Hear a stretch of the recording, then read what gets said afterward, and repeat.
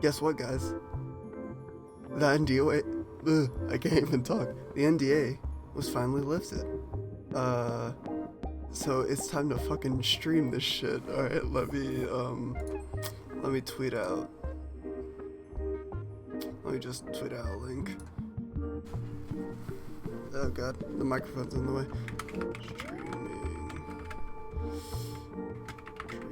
Streams beta now.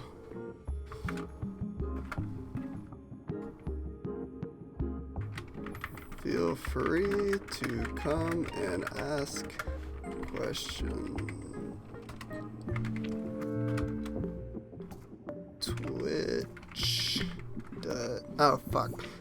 .tv slash. Wait, it's blue. No, it's not blue. It's blah blah noob. Blah noob. All right.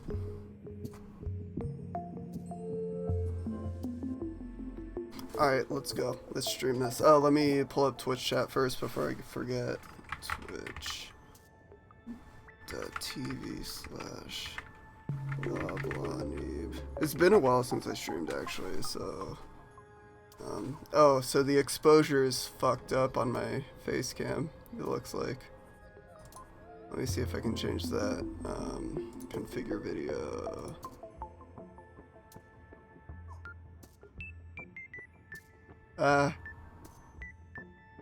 Okay, is that a little better? I think that's a little better. Okay.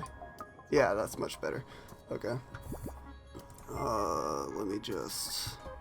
Okay. I'm very excited. Hold on, where's pop out? Where's pop out? There it is. There's pop out. Alright, now I got Twitch chat.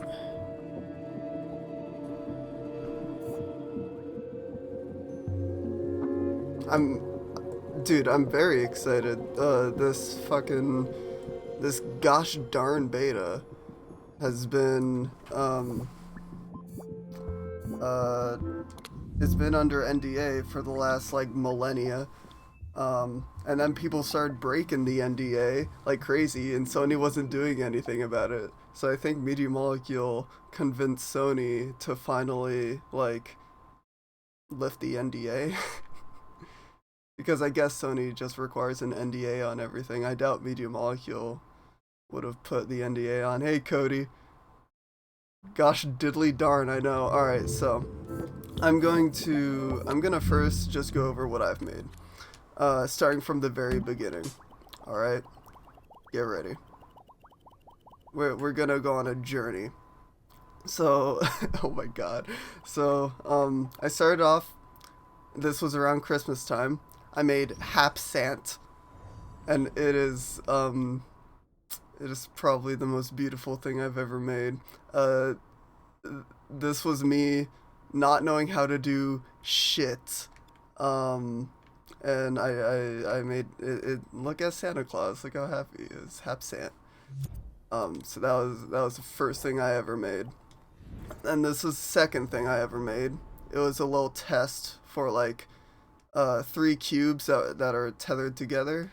Actually, if I go into edit mode, you'll see a little better. Let me go connectors. There we go. See, you can see that I made a little test. There's this little mover right here, which just like points up, and I made like a little dude with legs, basically. That's what I was going for. This is mainly just me testing out the physics because I wanted to immediately like do Ragdoll stuff. And that's that. Don't save. Then immediately I went on to make Rocket Twinkie. Alright, look, don't judge me, okay? I immediately started work on Rocket Twinkie. Here's the Twinkie itself. It's beautiful. And then I also just made stuff like buildings. I've actually updated this one since because I kind of fucked up with the windows down there. But I just started making assets, so I made blocky building top. Someone else actually used this in one of their levels. And then I made big mountain. It's basically, I just made 3D assets of stuff I made in LBP. Alright, now this This, hold on, I haven't read chat in a while. Hold on. You're supposed to save the best for last. Show us rockin' Twinkie. I'll get there. So have you tried creating with the controller, or have you tried out? I've done both. I've created with the DualShock and the moves. Moves are basically required if you want to sculpt anything. Like, the moves are just way better because with this controller you can't do depth. It's only using the gyroscope. It's not using the PlayStation camera. At least that's how it is in this beta. The move controllers can actually do depth, so I'll show you later. I'll dive into create mode. So this was Mayor Chris. This is probably the best creation I made. I'll just be quiet for a minute.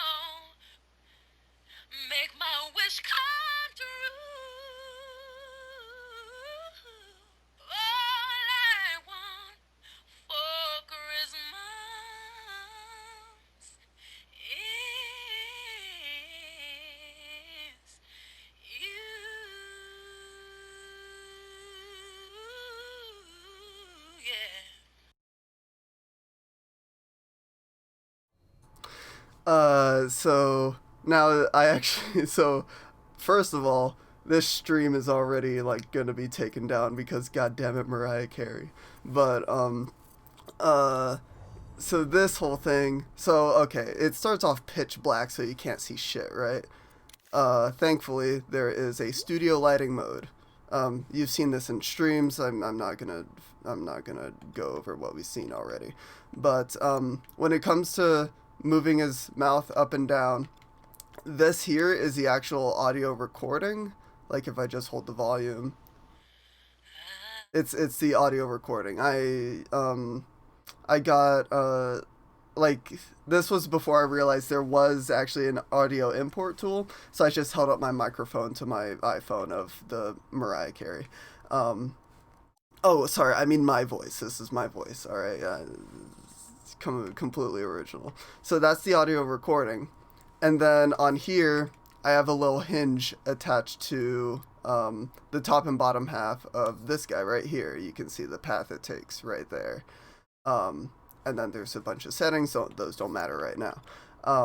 To get the mouth to move up and down to Mariah Carey, hold on, if I can find the setting, it's in here. This is the little outputs menu of the actual sound effect itself. And right here, there's envelope. I just straight up hooked up envelope to the bolt, and then it worked perfectly fine. It's literally like the easiest ever. And yes, I use bottom bar. Don't judge me. How dare you? I'm a PC user. I'm used to bottom bar, my dude.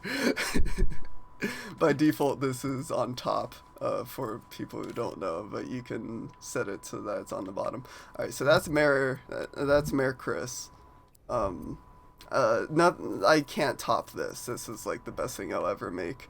That's something by Act Ramen, don't worry about it. That's Floppy Glocks, don't worry about it. This is a fish I sculpted. This is actually a fish my girlfriend had. Its name is Gokingba, and it's a very grumpy beta fish. And this is like the first thing I actually sculpted. I sculpted this with the moves. Like, I was able to like do like, I think actually it was actually kind of hard to sculpt these like while being straight. Like, I kept on like going off to the side and stuff. But with the moves, you literally just like you just paint, and I did that. And it's a little grumpy fish. And that's a door. All right, so this was the first ragdoll I've made. I actually made a level to show it off. Once it loads, we'll see.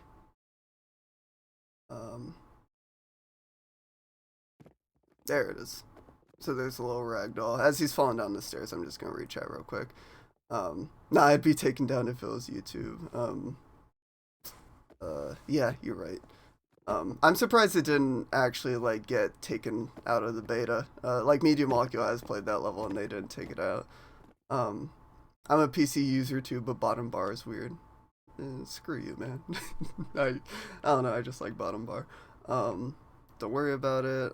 What's up with the pointer? It's an imp.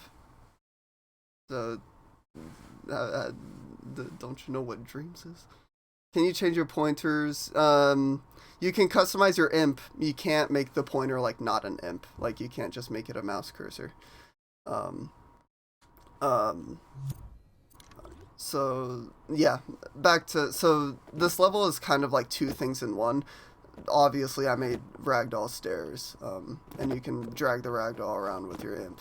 But I also made like camera controls. So if you hit the left stick, then it goes from lock camera to free aim, and then this is actually the ragdoll right here. You can collect. It's just like a prize bubble from LBP. Um, and then triangle toggles from like free cam back to locked onto the character, um, and that's how that works. Um, so if I go into edit mode. I'll show you both the ragdoll and the little spectator cam. So these two settings I'm doing here, I'm just making it so you can see the connectors on the ragdoll, and then also so you can see anything that's invisible, like this thing over here. So starting off with the ragdoll, this was really easy. It's literally, like you can see it, I made... all these blocks are actually in one model, and then I just like using I think these are just regular bolts. Let's see. They're listed as connectors, but they're basically bolts from LBP. I just connected all the blocks together, and the reason why these are kind of sticking out is because this body used to stick out a little bit, but I shrunk it down.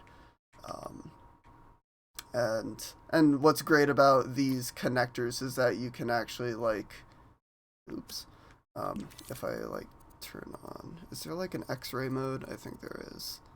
There it is. There we go. You can actually move around like where the hinge actually is.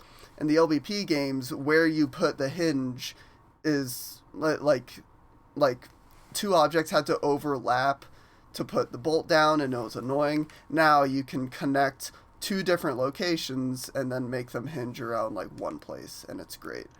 Um, and that's literally it. I adjusted some physical properties. This is an impact sensor, just like uh,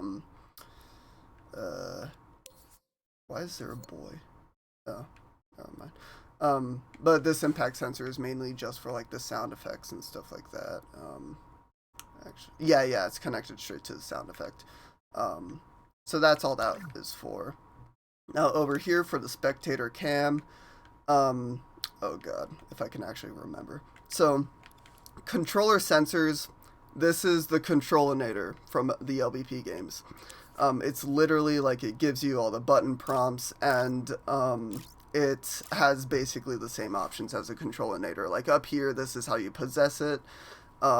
Whether you have it like so you have to hit R2 with the imp to possess it.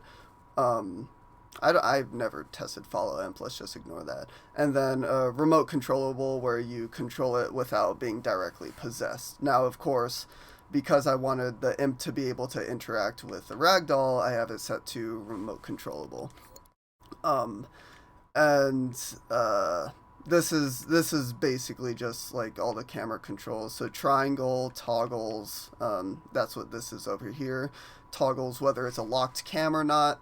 And basically when locked cam is toggled on, this microchip, which actually has a camera attached to it, this camera is attached to like this little invisible block here.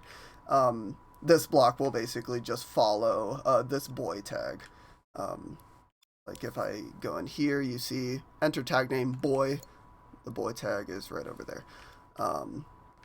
And then of course, when lock cam is on, it'll turn on this camera right here. And when lock cam is on, you can still rotate with this rotator. And one interesting thing I will point out with this game as opposed to LBP is in LBP, if you remember the controlinator, um, it had two outputs for the left stick and right stick, up, down, and left, right output. But you see, we actually don't have that here. We only have one output for the left stick and one output for the right stick. So if you wanted to separate up, down from left, right, you hook it up. That's what I did right here, right stick, to a splitter. And then that way, this splitter, one of these is up and down. I think it's Y. Yeah, there we go. It's even labeled up, down, and left, right. So that's how you separate those inputs. And then if you wanted to separate like left from right, you just copy another splitter. If I hook this up here, then you see one of these is going to be left, one of these is going to be right. I believe positive is right and negative is left. But that's how you would separate those controls out. And then this combiner here, I basically just inverted the left and right so that when you turn left, it goes left. When you turn right, it goes right. And then, of course, when you hit triangle again, like to toggle follow cam off, then it'll toggle to B, which is actually hooked up to nothing. And that basically just defaults to like regular imp camera controls. So I basically toggle between like my custom controls with the lock camera and then the imp controls, which are just the default imp controls. And then there's a little like UI displayer here, text displayer. And you can set this to either display on the screen or there's a setting for it to exist like in the environment. If I can find, there you go, there's in scene too. So you can set it whether it's like LBP style or if you want it to actually be like a UI item, which is very nice. And that's basically that level. If y'all have any questions, you might as well ask it now.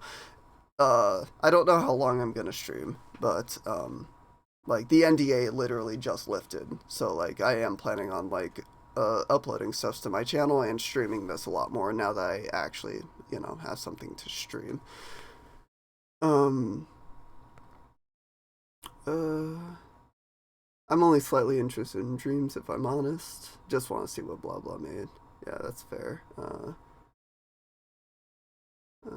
few weeks after launch, because then there'll be a lot more creations. If nothing goes wrong with the beta, and if the beta doesn't break, every creation in the beta is going to be in the full game. So, like, don't worry. Like, I wouldn't wait for stuff to come out, because, and I'm going to go over some of my favorite things. I made, like, a favorites list of some of my favorite dreams that I'll go over after I've shown my stuff. There's already amazing stuff in this game. Like, if I wouldn't, the only reason I would wait to buy the game maybe a week later is for like when they add online multiplayer later, or once they like figure out, like, because I'm sure there's gonna be server bugs and stuff at launch, like with every game. Those are the only two reasons I'd wait for the game. Otherwise, I would like pick it up right away. Especially if you've been waiting for this game for like 5 years, like I have.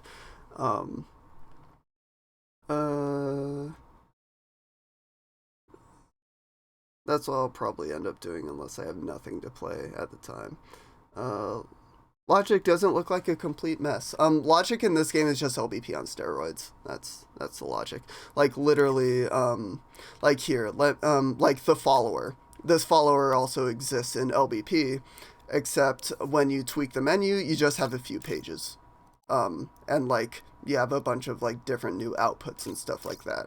So like if you're familiar with the LBP games logic, it's literally the exact same thing. You just have like 3 to like 7 more pages of like things to tinker around with, and that's the only difference. But you could always stream Resident Evil 2. I actually could stream Resident Evil 2 because it actually runs really well on PC. I have the game on PC, but fuck that. that game scares the shit out of me, and I'm really bad at the game as well, so I feel like if I stream that, I'm just gonna get judged. So I'm just gonna do my own private playthrough of that. Oh, that's a song Dax made. Oh yeah, that's the one thing. So the reason why my friends' creations are coming up on this list is because they have me added as a collaborator. I don't know if there's a filter to like turn that off. Yeah. It'd be nice if there was a filter just for like my creations, not collaborations, but like collaborations just come up along with your creations. Oh, so this was when I found out there was a audio import tool. So I imported 2 sounds. This one. Ain't nothing like a phone gimme. That one, which is just like a sound clip from like the Lethal League soundtrack. And then you've seen this in the Media Molecule stream, or you've heard this in the Media Molecule stream. Yeah, mm-hmm. And then, of course, I made this.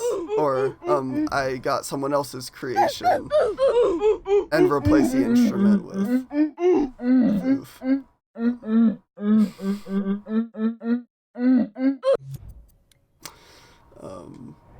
So that's what I've been doing in the beta.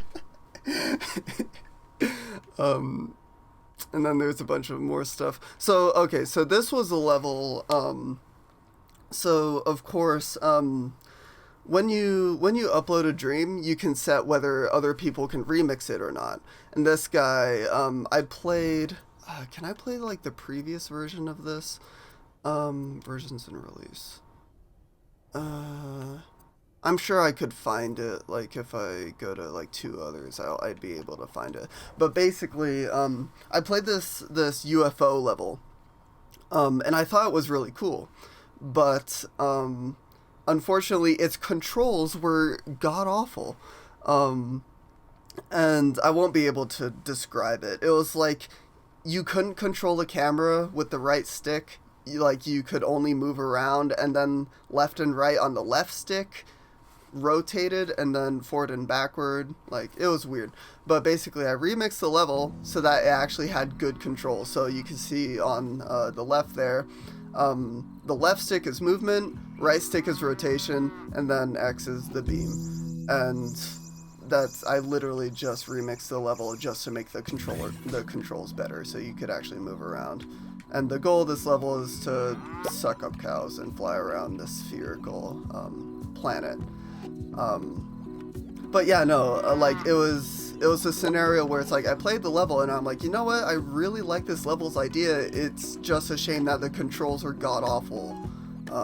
So I just remixed it, looked at the logic that the person made, and I just improved it. And honestly, that's like the strongest part of Dreams right now, is the fact that if people allow you to remix their level, you can just improve it. And I believe the guy who made this level incorporated my my control changes into like his actual full level, and he's been updating that since. But that's honestly the best part of Dreams, is that you can just like. And you can also, like, you can upload something and request someone to make a change. Like, I know someone uploaded just, like, a sculpt of a head and asked, like, add hair to it. And someone remixed it and added, like, a mohawk or something. Like, that's honestly the best part of Dreams right now, is the collaboration. Now, they could, however, make it better. Like, even when I go in this level, every level, kind of like LBP, is still attached to a profile. Like this one, even though it's a remix of someone else's level, it's attached to my account, blah blah 1000 shop. And then if you want to see who originally created it, you select on the 2 others, and then it'll show it's a remix of this level by Entropy Tamed.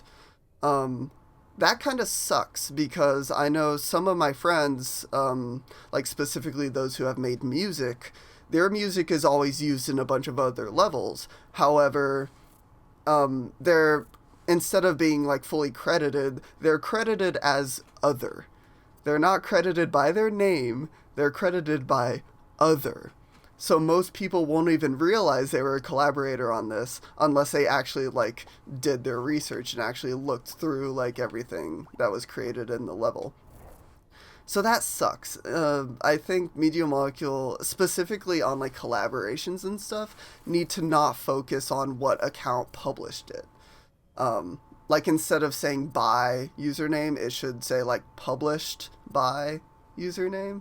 And then they should have, like, there's plenty of space on the screen here. You could at least have like a couple other names rattled off. Like if you're focusing your game on collaboration, you need to like have documentation for that as well. Like you can't kind of half-ass the documentation. So that's definitely, I think I'm gonna make a full video about it like on YouTube or something just to make it perfectly clear.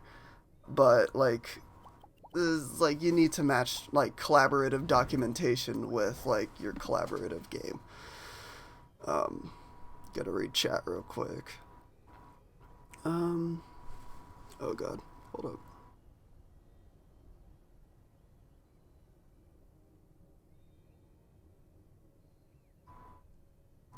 Resident Evil scares a lot of people. Friend would not play it when the big guy showed up. Yeah, I'm on that part right now. That was a lot of fun. I don't know how I'm gonna solve any puzzles now, but the next time I pick up the game, it's gonna be a blast. Excellent use of your time. Thank you. I'm glad someone thinks that. Sounds like that remix sounds like something I would hear in Mario Paint. Yeah, I really like the soundtrack of that game. Abduct some cows.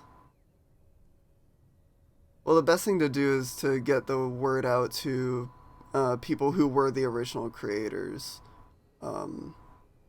I mean, you're notified whenever your creations are used in a different level. It just sucks that those creations themselves don't just straight up list you. They just list you as other people, other insignificant people, the lowly soundtrack producer, instead of, made by him and her and it and them. Like, that's what they should do, honestly.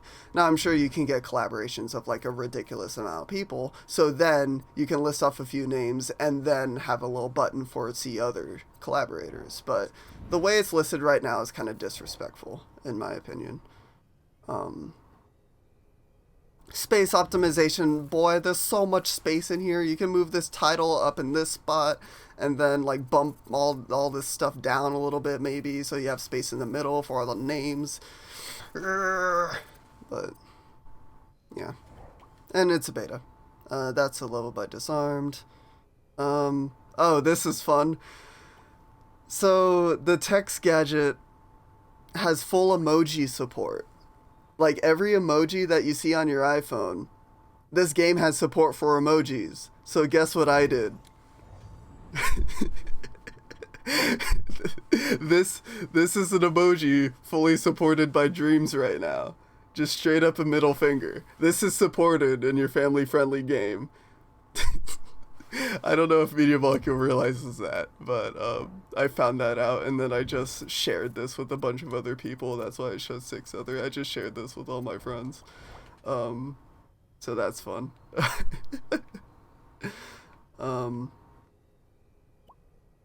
Can you please search for question mark? I can. I'm gonna go over a bunch of creations before I do anything else. So these are just a couple more assets just for Rocket Twinkie, like the Rocket Trail and stuff like that, Twinkie Jet.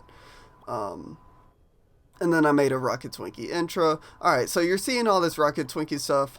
Let's just play fucking Rocket Twinkie. So this was the level I made. Let's make sure I start from the beginning.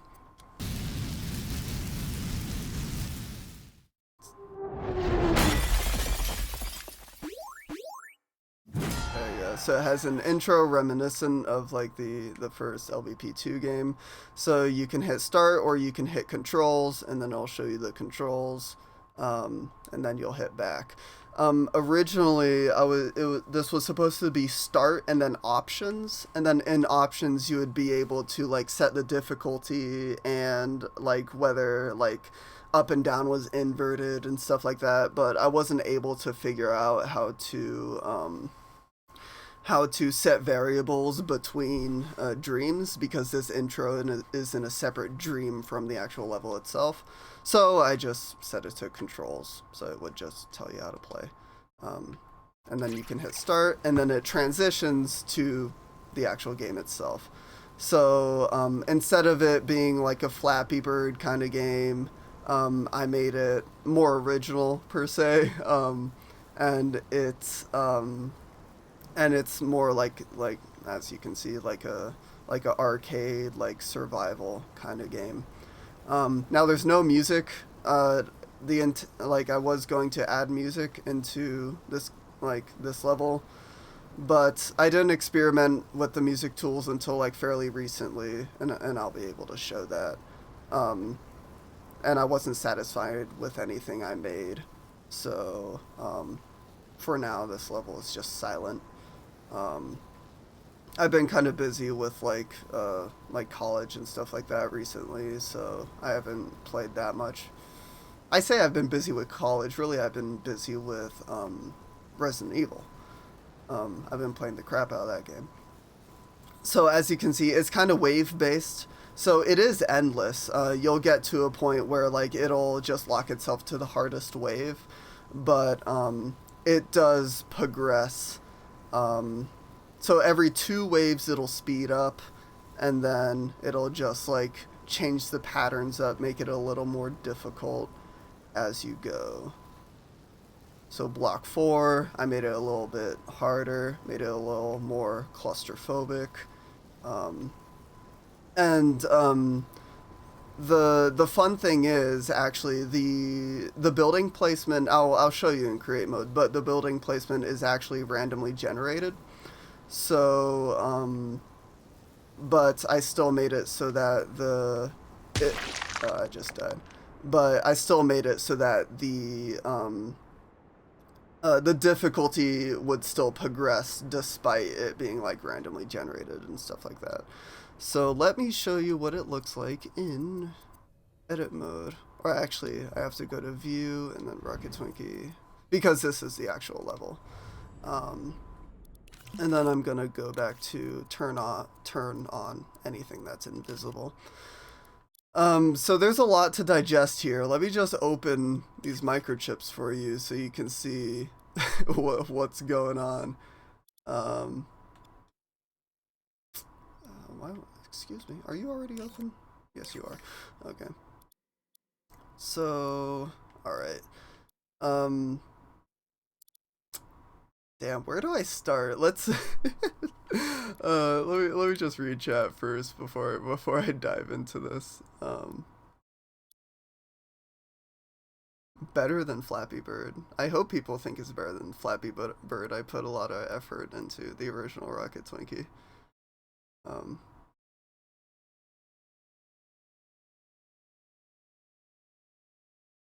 why not just look through the pre-made music? I don't know. I feel like I just felt like I should add music of my own because I don't know. I always like creating my own stuff. Okay, so I'm just gonna briefly go over just my process of making this. So of course I want to start off with just making a controllable Twinkie. So that's basically what all this is. I have my controller sensor right here, my controllinator basically. Um, and then I have the left stick hooked up to a bunch of splitters to differentiate like up, down, and left and right. That's basically what all these are. And then I have this combiner right here just to invert one of the y-axis. So that made sense. So this is the advanced mover. This is the mover that actually makes the Twinkie move. So you see there's 2 inputs. There's just the X and the Y, and the left stick, up, down, left, right is hooked up to each respective slot. Now I did separate every individual up, down, left, right of the stick so I could hook it up to gyroscopes. So when I was moving the Twinkie, you saw it aimed up, down, left, and right whenever you steered those directions. That's what these gyroscopes do. So if I select one of them, you see this one is angled that way, that one's angled that way. They're all basically just like at different angles. This one should be like right and left. Oh yeah, you see the little these wires are getting in the way, but you see the little ball, the stick with the ball on the end. That's left and right there. And then this one is just a neutral state. This is just to make it like just fly forward.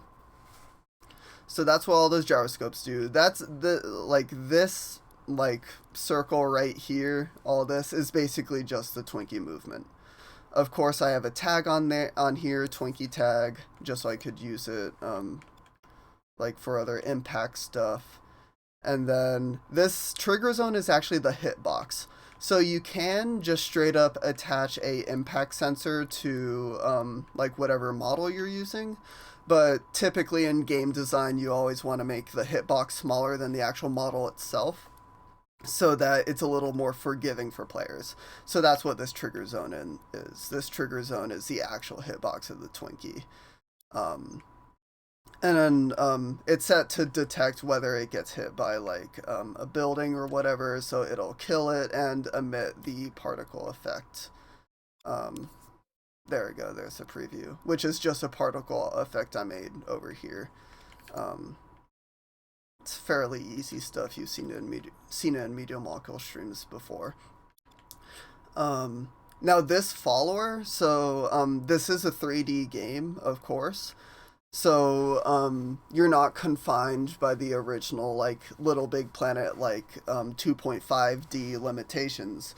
Now with that said, if you did want to only, like in this case, only use certain axes, like I only want to use the X and Y axis for movement. I didn't want the Z axis to be affected at all.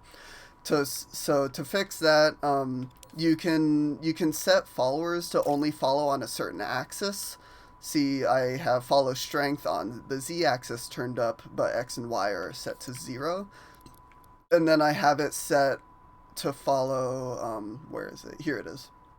The Z-snap tag. So basically, all that does is it locks the Twinkie on the Z-axis, so it won't move on the Z-axis. So if you want to make like a 2D platformer, that's how you would lock the Z-axis. If you had like a custom character like this. So that's the main Twinkie. Now, as I was playing, you might have noticed, or actually I can actually just play right now so you can notice. There's a little light on the building, so you can tell where your Twinkie is, right? Now, as I was playing, that light originally wasn't there, but that made it very difficult to judge where the Twinkie actually was. Oops. Didn't mean to just go back in edit mode. So to fix that, I decided to add that light. And that's actually this right here. That's this light. Now, the first step for this light was actually this laser scope right here. And this is a new thing. This there was a laser in LBP, but this one is actually way better. So this laser scope, it's basically just a tool. It's like a regular laser, like it'll shoot out like a ray trace, whatever, and you can set it to only like be within a certain distance. But the main output I use on this is this one right here, hit position. This gives off a location within the game world where like the laser is actually hitting. So once it hits an object, it gives the location of where the laser is hitting. And I literally just hook up that wire to this follower, and it's hooked up right here, target position. So this follower will follow the target position that's being fed to it. And of course this follower is on this light. So that's why this light just like basically follows wherever that laser hits. So that's how I make the light show up on those buildings. That's fairly simple. So that's all the Twinkie logic. From there, I went on to camera logic. Or, of course, I made building spawn and stuff. I'll go over that but I did camera logic. Let me just read chat real quick. Uh, how did you make it so it stays inside the playable area? Okay, actually, I forgot to go over that. So the playable area, that's actually this like pink grid right here. These pink walls. So these, when you go into play mode, these are actually set to be invisible, but the Twinkie will still run into them. So that's how I just made it stay within like the playable area. I keep on hitting that button accidentally. So it's literally just invisible walls. That's how I confined the Twinkie. And then for like the visual representation of of those walls, I just made a couple brush strokes, and on them is like a little like sensor that senses the Twinkie tag that's right here. And then as the Twinkie gets closer to the thing, it'll light those brush strokes up. So that's how I confine the Twinkie. It's fairly simple. Um, uh, so now onto the camera. So the camera, um, it started off where I literally just had a camera like attached to the Twinkie, but I ran into the issue where when the buildings came at you and obstructed the camera would constantly like clip within the buildings. So I had to have a completely new camera sensor to right there duck the camera down if the building is about to um, like run into the camera, and then you can actually press triangle just to like lock the camera, um, just in case. But I keep hitting that gosh darn button. Um, so that's what all this logic does. So basically, so this camera. Okay, so this one is the default, or wait, no, this one is the default camera, where the camera is slightly above the Twinkie. Um, and then, of course, like these microchips are hooked up to this little invisible block right here. Um, it follows the Twinkie around. Only on a certain axis though to maintain a certain distance. Like it won't follow on the Z axis. Um, but so it's fairly simple. And then over here, there's a little trigger zone, so that if a building enters that trigger zone, then the camera will switch to this one right here, this camera, which is like a straight on angle on the Twinkie. So basically, when it hits the trigger zone, and then this is the toggle, like when you press triangle. But basically, when you hit the trigger zone, it'll switch to this camera, and then otherwise, if the trigger zone is free, there's no buildings within it, it'll go back to the default camera. Now, I did add one more subtle effect to the camera to make it look a little better, and that's look at rotator in the middle of the frame. So that one is actually looking at a tag called middle frame, which is actually way the hell over here. That's this tag right here, middle frame. And that's basically just a tag centered like within this pink frame right here. And if I go into create mode or play mode, you'll see the camera kind of like angles towards like the middle of the frame, looking at a point really far off in the distance. So that's just like an extra effect just to like gauge depth a little better. And it's just a subtle effect, but I decided to add it. It's one of those things that players don't necessarily notice until you like point it out to them. God dang it. So that's the camera. So I had all of that. Then I had to, actually spawn buildings and stuff like that. So you can ignore like all like the tags like you see on the outside here and just focus on the ones in the middle. I'm gonna go ahead and just open those up first. God damn it. I scoped into the ground here. That's why that screen came up. There you go. All right, so this is basically all the spawning of the buildings. So how I have it laid out is I actually organize the microchips very well.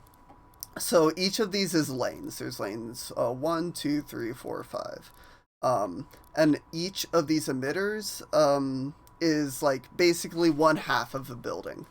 So all the ones on the lower half are buildings that spawn from the ground up, and then all the ones up here are buildings that spawn from the sky down. Um, and then there's three of them on each. This is just like a high building, a lower building, and then a building that covers like half of like covers basically the whole upper distance. So basically three heights for each building, and that's the same down here. So that's what all these emitters do. Now over here, all right.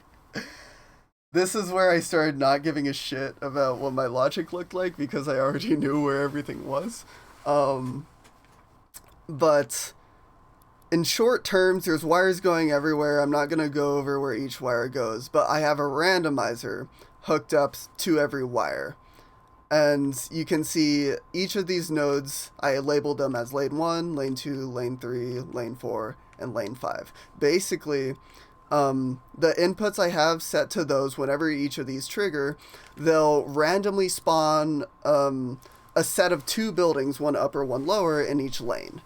Um, and that's simple terms. That's what all these randomizers do. These randomizers just set like a random like how far apart they are, and then over here, this is the main randomizer that like dictates which lane is spawned.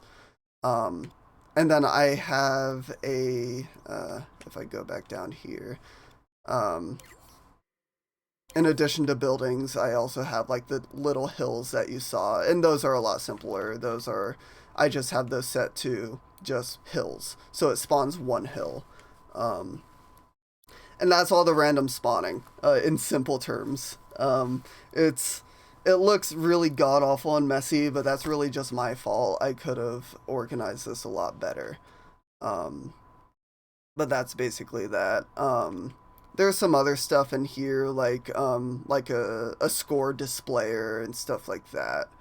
Um, and score in this is just based on how long you last.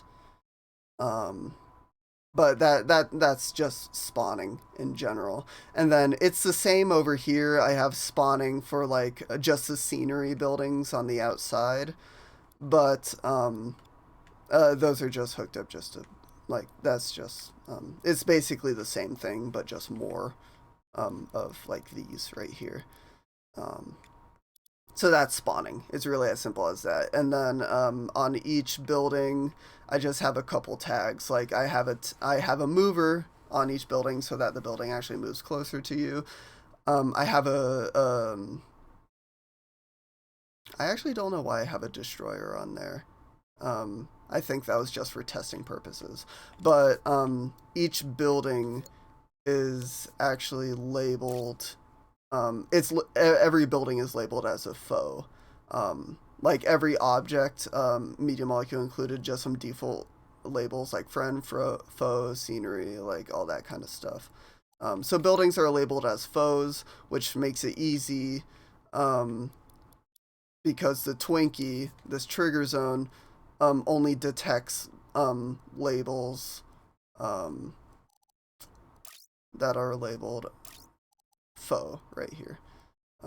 So that makes that really easy. And that's really all the logic. Like the same thing are on the mountains over here. So really, that's all well and good. That's pretty self-explanatory. Um, has the NDA been lifted? Yes. Otherwise, I would not be streaming this. Um, right now, I'm just going over the a level I made called Rocket Twinkie, which is just like uh, it's like a survival. Like you fly around, it's wave based, block one approaching, and you just like survive as long as you can. Um, I keep wanting to leave the level. Um, so that's how spawning works. Now, the last thing I'll go over is is the wave base, so the ramping up of all the waves, and that jazz. So I actually have to find the microchip. Where the hell did I put this microchip? Oh, actually, it's right here. Okay, so this is when it gets really messy because I'm not familiar with the Dreams tools fully yet. So this may be a little confusing, but I'm gonna go over it in very simple terms, kind of like I went over like the spawning. I didn't go over every wire here because that would be ridiculous. I'm just gonna go over the main concepts of what I was trying to do, because this stuff is fucking awful. It's just looking at it, it's like a nightmare. um, but this is how I spawned the buildings, basically. This whole microchip right here. So I basically, oh god, I almost have to remind myself how I did this. So it all starts with this timeline. As soon as you start the level, it plays this timeline. And these are little variables you see right here. They're equivalent to batteries in LBP. So these are just signals that say like, all right, the timeline has started, or the timeline is like 3 seconds in, or the timeline is like where, like, it triggers when the actual line goes on the thing. And then there's a text displayer saying block 1 approaching. That's what all of these orange that's what all these orange timelines do. They just have like a block approaching and then a variable. Now, this counter is basically just to like lock the variable, because the variable will turn off once the timeline goes over. So this is basically just the variable turning on. Once this variable turns on, and once this timeline is finished, it starts this timer. This timer is how long the wave starts. So the wave starts off with like, the first 2 start off 10 seconds, then the second 2 are actually 20 seconds, then 30 seconds, and then the last one is, or the last one is actually just like infinite, I'm pretty sure. I think this one I have it set to loop eventually. But, that's what those timers do. They just set how long, the duration of the wave. And then like as the wave is going, this timeline will loop.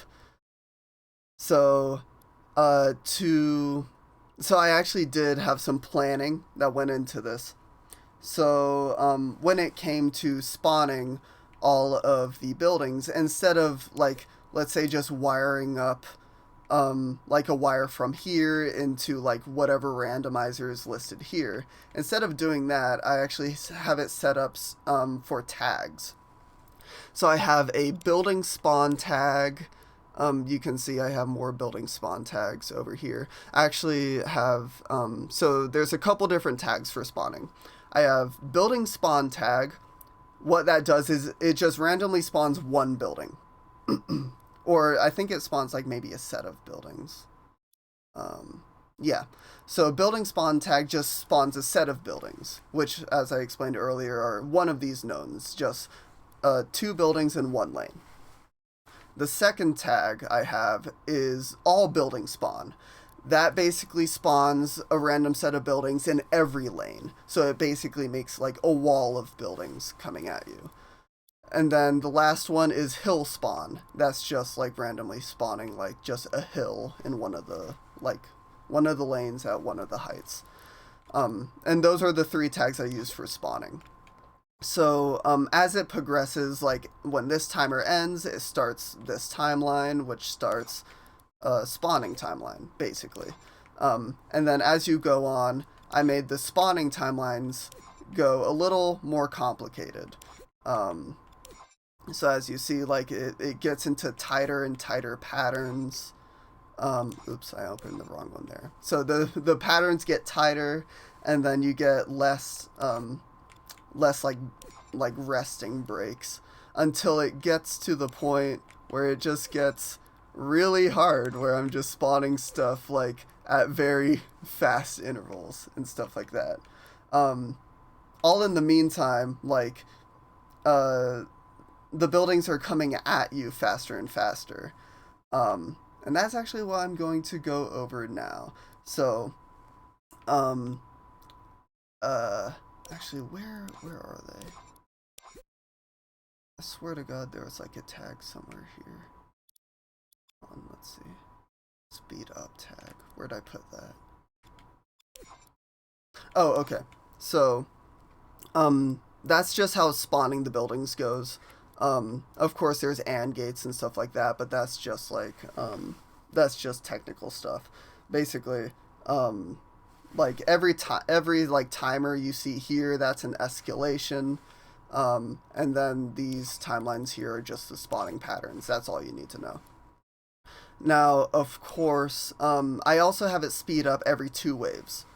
And that is triggered by a speed up tag right before like the text displayer speed up comes up.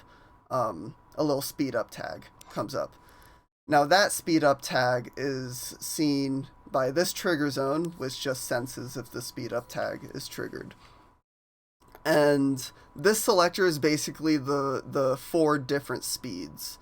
Actually, is E hooked up to anything? No, it's not. So, that's just the 4 different speeds.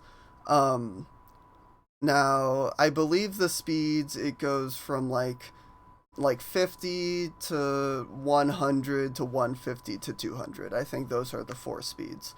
And then, so this is when dreams can actually like get a little complicated for beginners because what Dreams has that the LBP games don't have is that they have variables, which means you have just full-fledged math now. Like Little Big Planet games had very simple math, like you could add and subtract and stuff like that. If you're really good, you would be able to do like functions and things.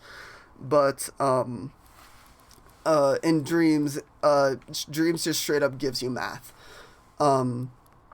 So they give you calculators, which let you just like do all the functions and stuff, multiply, divide, and stuff like that. But basically, what all these calculators, all they're for, is to convert one value to another, just so it makes sense. You don't need to worry about these calculators. Basically, all you need to know is this selector. It goes from 50 speed to 100 speed to 150 speed to 200. That's all you need to know. And all that math goes into this variable modifier, which is right here. And it goes from, as you can see, 50 to 200. And then this variable goes to this object speed broadcaster. Which is basically like a tag, but they change how tags work in this game. Just see this as like a tag from LBP. Now that is seen by actually like the building, like the obstacles over here, right here. Or actually, sorry, that's delete all, right here, object speed. So, and then object speed goes to this mover, and then this mover, like goes at a certain speed. So that's how the speed is ramped up. I just have it like simple like that. The only reason why it looks complicated right here is because I had to do some math to make one variable match up with another, but I also, instead of making it like snap from 50 to 100 and then 100 to 150, this timer is here, and it's set to like 8 seconds. Just so it gradually speeds up a little bit instead of like immediately snapping, and that's all that means. And honestly, that's basically all of Rocket Twinkie. Of course, there's like the end game message that comes up, and then you can set whether like to reset the level or not. That's all that means. But that's all of Rocket Twinkie. That's what I spent. This is basically what I spent my entire winter break on. Is just making like a fully functional and polished game. And it looks god awful in create mode, but it plays well. So that's at least what I have going for it. And and yeah, this is the main creation that I published, and it has 100 likes. Like I'm proud of it. There's a lot of creations way like nicer looking and like just like a lot deeper than it. But you know what? Rocket Twinkie 3D was supposed to be a project for Little Big Planet 3. We also had Little Big Planet 3 worked out, so I'm glad I was able to actually make it in Dreams. I'm proud. I'm proud that it came to being. Gawking Bug King of Lemon. This is again a like I used the I actually made this with my girlfriend because I was just showing her how Dreams works. But I made just a fish that swims around, and then the triggers let you go up and down, and the fish just like yeah, it's like a rocket rotator on it, so it goes in the direction it's swimming. And then here's just a little character. We ended up just naming them lemons. Just little characters that like Gawking Bug can like push around. So like just a really simple thing, but like just made like a swimming fish. I guess I can just go over real quick. This one's way simpler. Don't worry, you can make simple creations that work. Don't look at Rocket Twinkie and be like, oh no, do I have to like know calculus to figure this out? No, you don't. It's fine. Literally, all this is controller, sensor, left stick, splitter, Z and X of an advanced mover, and then up and down is just L2 and R2 hooked up to a combiner, hooked up to Y. That's it. And then there's a rocket rotator. And that's literally the entire fish. And that's all the logic that's in this level. So you don't need to be a mathematician to make a level, all right? You can make some very simple things.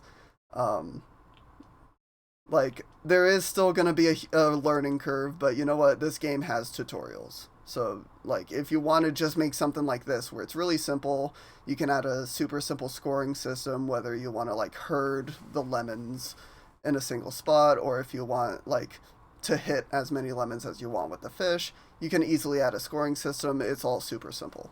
Like, don't be too daunted by, like, stuff like this, where it's, like, ridiculous. It's only as ridiculous as you make it. So just keep that in mind. That's something. So this is actually something I started sculpting but never finished. Actually, I should go into edit mode. I started sculpting a character. This was when that was an awful burp. I'm sorry if you heard that. I just wanted to make like a simple character. And I started off like with the head. So it's just a very basic like mannequin head. That you can easily add detail to. I didn't get that far, but that was just like the first time I was actually sculpting on a biped. Then after that, here's another little experiment. So this is a game idea where like you control like a little guy with a pole, and he can jump from each end of the pole to like jump around like that. So like a physics based game, and then the left stick lets you like go side to side. So this was just a little experiment just to see like how well the physics engine is, and whether you can like make kind of like getting on top like or sorry, not get on top. What's that game called again? The really frustrating one with the hammer and you're a guy in a pot. Getting over it, that's it. So you could make like a getting over it type game, because the physics engine in Dreams is actually really good. It has some problems, like connectors have a bunch of bugs, but you can make some nice stuff like this if you want to make like just a simple like physics platformer. It's behind my face cam right now, so it's hard to control. There we go. And this is also really easy and simple. Like I have the left and right on the left stick, on a rotator. That's really easy. And then the rotator, a neat feature that's in this game that wasn't in the LBP games, is you can set certain like logic gadgets to affect certain objects. So if you wanted one logic gadget to affect multiple objects, you could, instead of duplicating like one node and then stamping it on a million objects, you can just get this wire and then hook it up to whatever thing you want. So in this case, I have it hooked up to the pole. So it rotates relative to the pole more than it rotates relative to the cube. Um, and then I have X hooked up to a selector, which is just on or off, basically. And I have that hooked up to a piston, which is just hooked up to the top of the thing in the cube. Very self-explanatory. This was just a nice little test. And then I do have it locked to like the X and Y axis, so it won't move on the Z axis. And easy peasy. Simple stuff. And then after that, the last thing I made in this beta is just like a little music test. So I'll give you a little listen.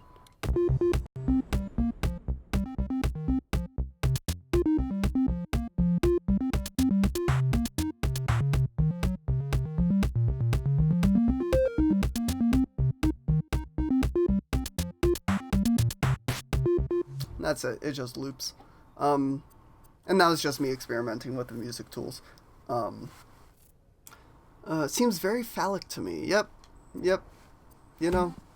Sometimes I don't ignore it.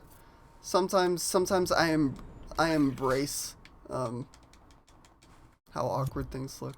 But it has a certain charm to it. Does physics behave properly when having lots of objects or bigger models connected to each other? Most of the time, yeah. If I go back to the Ragdoll I had back here, this Ragdoll, functions perfectly well. And this Ragdoll is literally just a bunch of cubes hooked together. And it acts, perfectly well. Now, with that said, they don't always act perfectly well.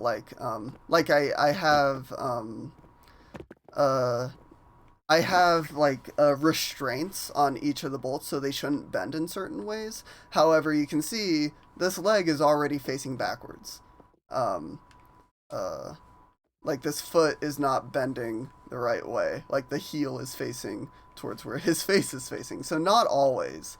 The physics engine isn't perfect, but I'd say it's better than LBP. Simply because objects won't just break. Whenever you try to make objects in LBP, sometimes it'll just want to break and then the arm will fly off or the leg will fly off. I've heard that being an issue for some people, when they're making stuff like this in Dreams. But considering how I can literally just batter this guy around as much as I can, if I did that in LBP, he would break instantly. But at least this guy stays intact, and I'm sure there's some optimizations I can do. But overall, I'd say it works really well, and the physics engine is awesome. But I still it still needs improvement, specifically with connectors. The connectors don't always work properly. Oh god, that oof sound. It'll haunt me forever. But that's all the creations I've made. I will go over... I do want to show off some creations. I made a list called Blah's Faves, and it's literally just a list of a bunch of my favorite creations that have been in the game. So I'm going to go over some of these. I won't go over all of them. And going over these is going to be a lot faster than going over my creations, since I won't be diving into the edit mode. But, that's, yeah. I'm looking forward to do a flat-out-esque level in Dreams. Yeah, you could easily do that. Just slap a ragdoll inside a car and then make him, fly out whenever you want him to. Now, the one complaint I did have is that there's no, there should be an option within the connectors to, make it so they can destroy in case you want to make like a zombie level where when you shoot an arm, his arm will fly off. It would be nice to have an option to where it would delete just the connection between the two objects.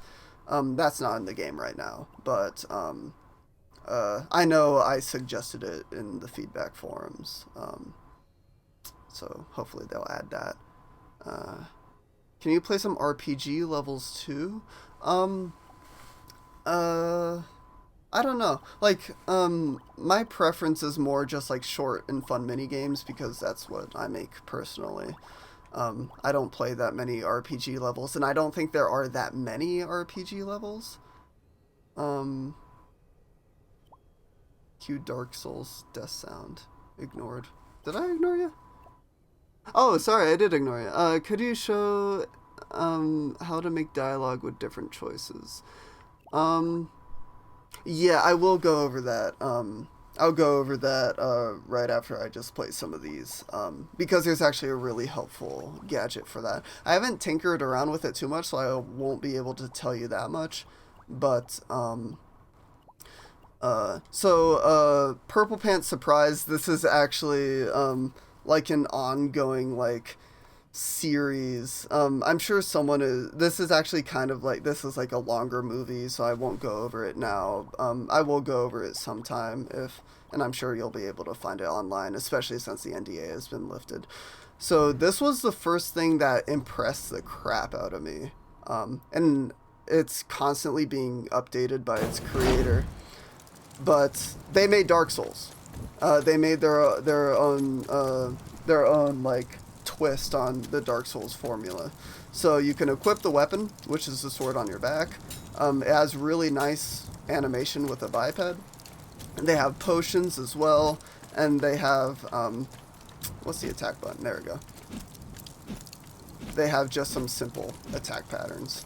I don't think and they have a block as well. And then you can go over to bonfires, rest. They actually have a new animation. I haven't seen this yet. And they have save slots apparently. So that's really cool. I actually haven't seen that yet.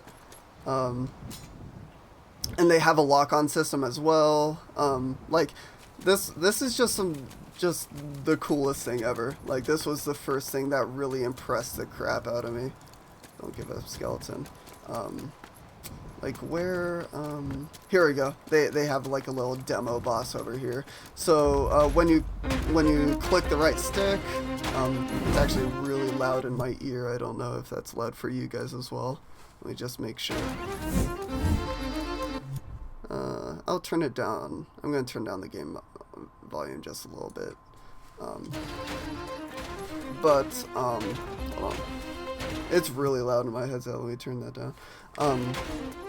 But when you click R3, the camera will lock on, which is awesome. They had a demo with like multiple enemies on screen, and it worked completely fine. And they also have a dodge. I don't think they had this last time I played it. But like for this, you can dodge. I guess I just suck really bad at this. Now, I think this boss could make some improvements, but he has two different attack patterns, and when you get him to half health, he does actually change states, kind of like a Dark Souls game. Actually, can I, like, block? Oh, I can block! Alright, this is way easier. I didn't realize you could just block it. It does take some damage, but yeah. But, that was the first, like, oh my god level. And I think that this is gonna be, like, the best thing ever once they develop actual levels for it and stuff like that. Oh, here's a fun one. This one's called Thanos Snap. Pretty self-explanatory. That just gave me a good laugh. Let me turn the game back up. There we go. Someone recreated Ramp 3D. If you were a fan of the LBP games, you'd know that Ramp 3D was like the first level published. It was either like the first MM pick or like the first level published, something like that. But Glitchmaster remade that. So that's real neat. Alright, here's another one. Fret Star. And I'm actually gonna have to turn down the game volume again for this one as well. Oops, I hit continue instead of playing from the beginning. This is just Guitar Hero, by the way. Hold on, let me just check chat. Sorry, I get really distracted diving into stuff. I don't check chat enough.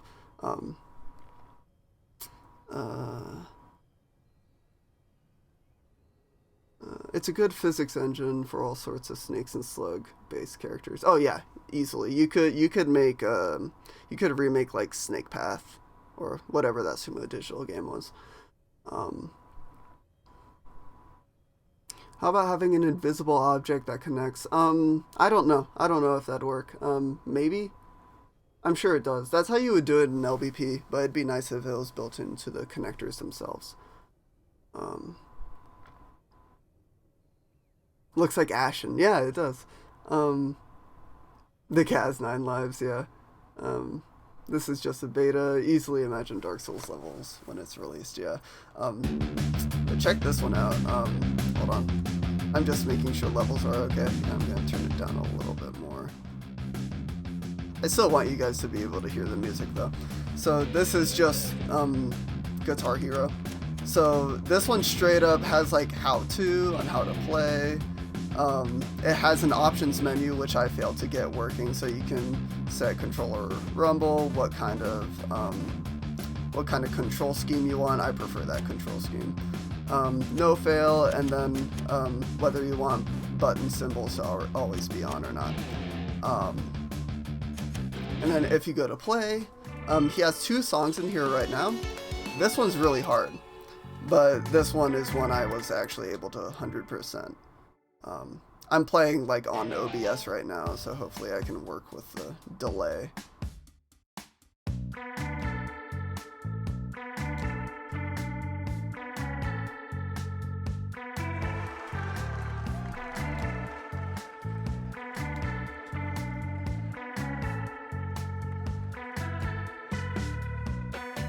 Fuck.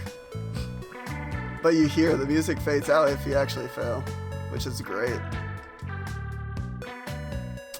Yeah, I'm not in the zone right now. Embarrassing myself.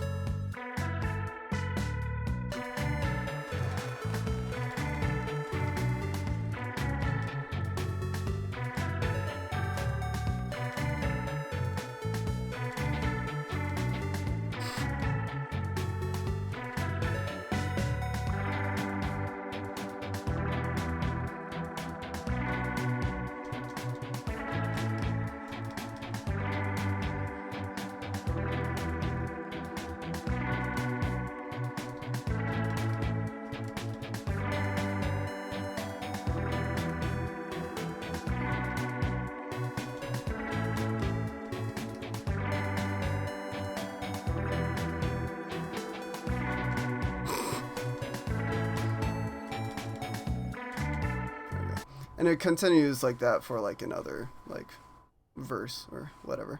But it's like, holy shit, it's Guitar Hero. Like, oh my god. Like, he just straight up made Guitar Hero. And it's amazing. J plus B has been actually making a lot of really cool stuff on here. So he is one to follow.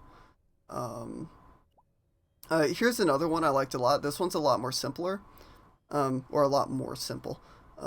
If I can English correctly. But it's climb, and you just control a biped, and shapes fall, and you just have to jump on top of the shapes. So, just real simple, but like still, like with the sound effects and like how the physics works, it's fun. No, it looks like the person who made this level can fine-tune it a little bit. Like, I wouldn't make the shapes like rattle around as much as they do, and they could definitely optimize it, but like the concept's there, and it's like, I imagine this wasn't ridiculously hard to make. But yeah, that's just one of them I liked. Reminds me of like an old like iPod game. I don't even know if it's on the store anymore, and I forget what it's called. But like there's a 2D game where you had to jump on top of stuff without getting stuck. Hey, Sakura. How's it going? Yeah, it has been a while. It's been a while since I streamed. The last time I streamed was like a VR game, over the summer. Um, no, I'll show this one off a little bit. This was one made by Disarmed. He's been making a lot of like just pretty shit. He made pretty shit in the LBP games, like LBP eye candy stuff. And he's continuing to do like look at this shit. Like, what the fuck? How do you do this? So if you wanted to go ultra realistic, boom, you can. Like, I know, the leaks that, Twitter, like that one Twitter profile was posting, uh, showed, oh, what was it? What game did it show? The tweet that got popular, I forget. It might have been a disarm level, but like if you want to go, like the main question for Dreams was like, okay, can you actually make it not look like Dreams, and can you make something that looks gritty and something that looks like an actual like AAA game? Yeah, yeah, you can. Like, Media Molecule's like, all right, what else you want? Come at us.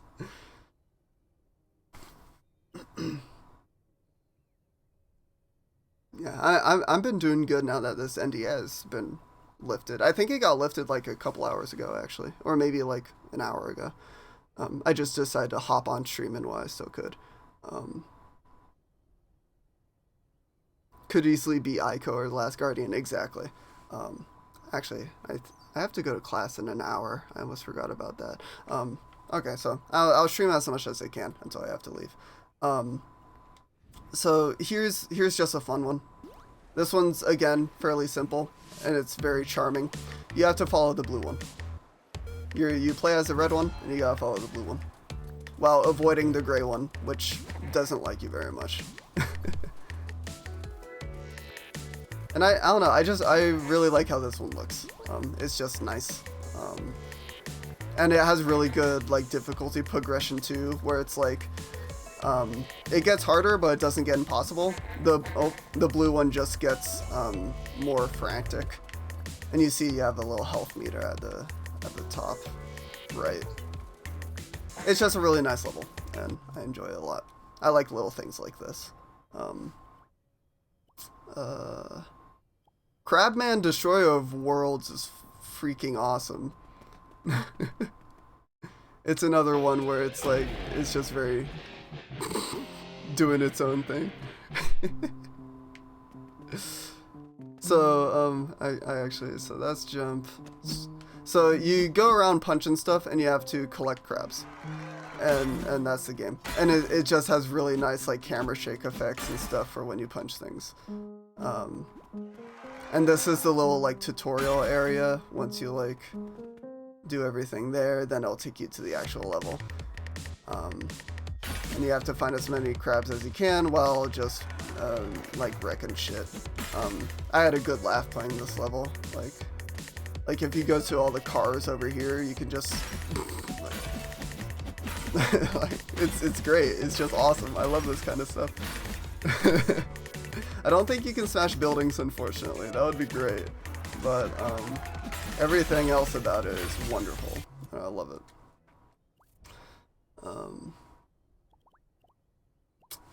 And then, yeah, you know, just spaghetti monster. I kind of just, I didn't sort this by, like, levels or anything. I just kind of mashed everything in here. Godzilla level immediately? Hell yeah. I'm 100%, like, when VR comes out, honestly. So, feel free to steal this idea because I want it to be, like, a reality. We need a VR game where you control a mech and fight kaiju. We need that. Games have gotten really close to doing it, but they haven't, like, actually done it. Like, we need a game where you just punch the shit out of kaiju. So if you make that in Dreams, you'll like, I'll love you. I'll love you, like, forever if you make that in Dreams. Just saying. So this level is showed off in the stream. I won't go over it here. Alright, Sand Stride. So this level, I love this. Current objective: collect all bones to please Almighty Sands. So this came out really, really early in the beta, actually. And it's just a collectathon. You go around. It's a meme level. This Sans, look at him. But despite it being like, you know, like a cringy meme level, it's actually great. You have to go around collecting bones, and there's a bunch of different paths going out, including this one where you have to dodge hammers, and it has a good checkpoint system as well. So it's like it's a good level, despite it being featured around Sans. Like, don't let the look of it deceive you. This is a great level. I really hope this one makes it into the full game, despite it using, like, Sans. Visceral, this was another one by Disarmed. You've seen that on MM's stream. So someone made a new song. Book of the Dragon. I want to see if there's any here that you guys haven't seen yet. I don't know if Marble Mystery showed up on MM streams. This is just a nice marble roller game where you use the left stick to roll a marble around. And it's just nice because I like levels and games that like look like a toy, like a play set, and having like the little cute like islands with like the cubey trees and stuff. I don't know, it's really nice to look at, and it's like just a nice little marble game. Now the checkpoints could be a little better, but other than that, it's just a nice little marble game. And you see a lot of this stuff in the Dreams beta, just like just short little nice and sweet experiences, which are just nice to play. I like it. Simple ideas make the best levels. Yes, 100%. Fighter Jet? Yep. So Fighter Jet, this is another more polished level in that it has like a menu. Like usually when you see that it has a menu and like different kind of game modes, like my face cam's in the way, I'll just hide myself. You have Initiation and Dogfight. Apparently he's working on tracking, but this is just, it's a nice looking level. It has a great soundtrack. Let me turn up the volume a little bit. And it has a tutorial. That's another way, you know. Oh, hold up, I'm adjusting camera angles. Alright, I actually wasn't, oh, okay. I forgot the controls. Oops. I think if you sit here long enough, will it, I think if you sit here long enough, it'll, like, help you out. I remember playing this for the first time, and it was like...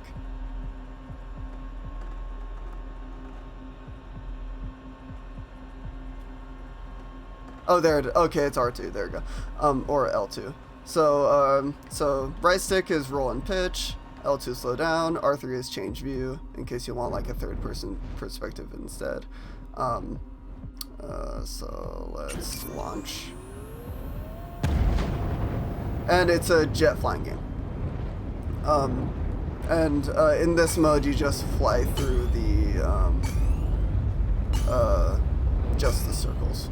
But it looks really nice, and they did a pretty good job with the controls. I think they should have followed more GTA controls, because in GTA, it did use the stick for flying, but you also had the L1 and R1 to, like, for more, like, steering and stuff like that. And that would have been nice to have in here. But that's the jet fighter. It's nice. I wish the controls were a little better, because I'm pretty bad at it, but it's good. Oh, there is combat, actually, I just haven't played it. Let's just check that out real quick. Oops. Oops. Sometimes you have to go into the actual level view and select the main menu. So let's see what Dogfight is. I'm sure Dogfight is the same thing. We'll see if they do anything interesting, but it might just be the same thing, but with a gun attached. Alright, if I could actually, like, be good.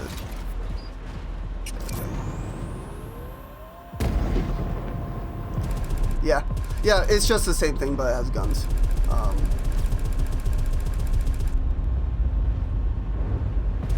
Like, if I change perspective... Yeah, so, yeah, it's alright. It's cool that they have AI, and it seems like your gun has to cool down as well.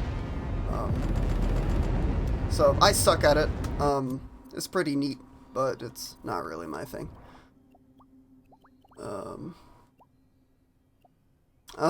Here's Mortal Kombat. So, if you've played LVP, you know all about this. Yes, they have remade it. And they've remade it fairly poorly, but it's fine. Those levels weren't masterpieces to begin with. Speed and all looks realistic. Couldn't have done an LVP. Oh yeah, like all this stuff, like you could hardly do an LVP. Here's another fun one.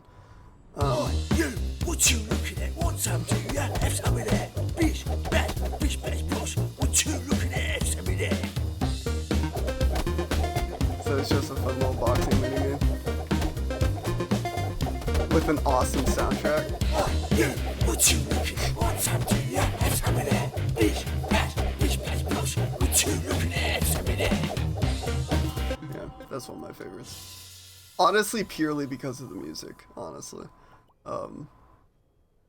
Okay, so I don't know if they showed this one on stream either. It's my bad, you know, like, I should be looking at the MM streams, but I've been lazy. But don't tell anybody. So, this is awesome. This is honestly, like, probably my favorite level in the beta right now.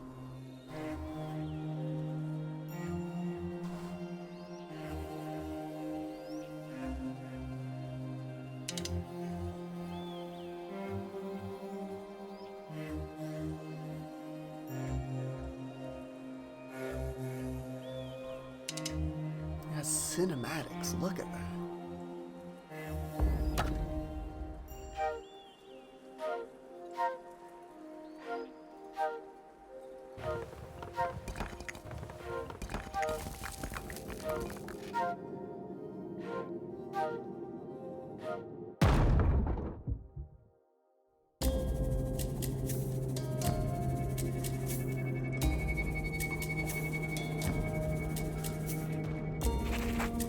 So this is basically just a Lara Croft tomb.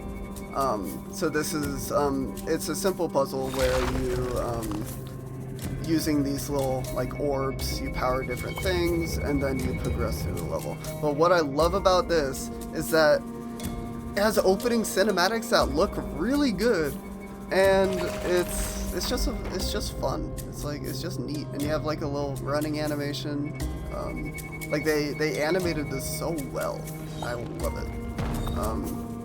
Now, the one confusing thing about this level is that the red and blue orbs actually do different things on, like, each of these little pedestals, so that can get a little confusing.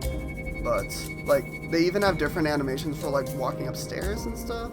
It's like, it's just so good. I love this kind of stuff.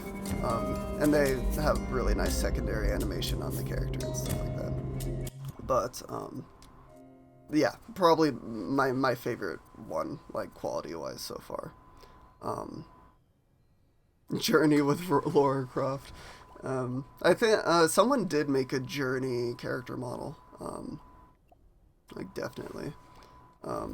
Here's a quick one. I think this is like it's a 2-button game. So yeah, X and circle as fast as you can, L1 to jump.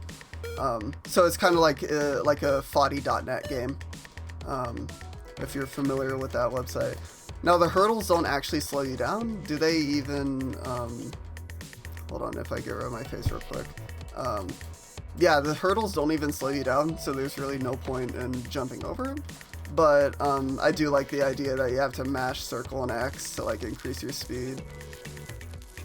And there we go. Oh, you do get penalized, so, okay. Even though they don't slow you down, you'll get penalized. But yeah, that's just a nice one. Someone made the T-Rex run game. It's alright. I guess I'll show it just a little bit. So they have both the... Oh, fuck. I've gotten very bad at video games, I've noticed. Oh, there it is. It was up and down. I just couldn't see it. So yeah, they have the jumping and the ducking. Now this is a case where making the hitbox smaller than the actual character model would have benefited, because it's actually very sensitive on like whether you hit those cactuses or not. I don't think they have obstacles that you can duck under in this version, but it's just a nice, like, you know, it's just a dinosaur game. It's nice. But that's that. Just nice and short, simple.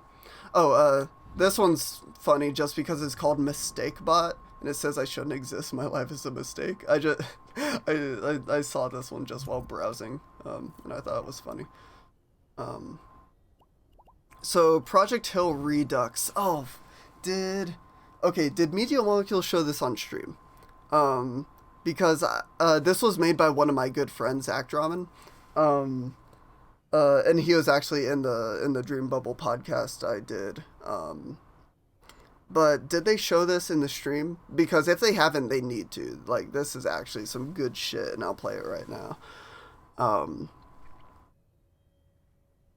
That one will definitely get more detailed later. Yeah, what I really like about that that Lara Croft one is eventually I want to make like a music video myself using like animated stuff, and that level gave me hope that you can actually do it, like with how detailed those cinematics were.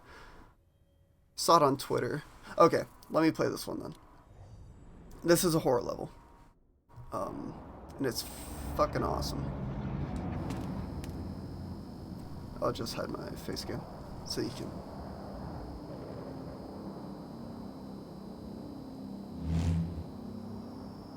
There you go, square, objectives, zoom, all the normal stuff. So this is kind of a spiritual successor to PT. I do like how he has like little like I don't know what those are.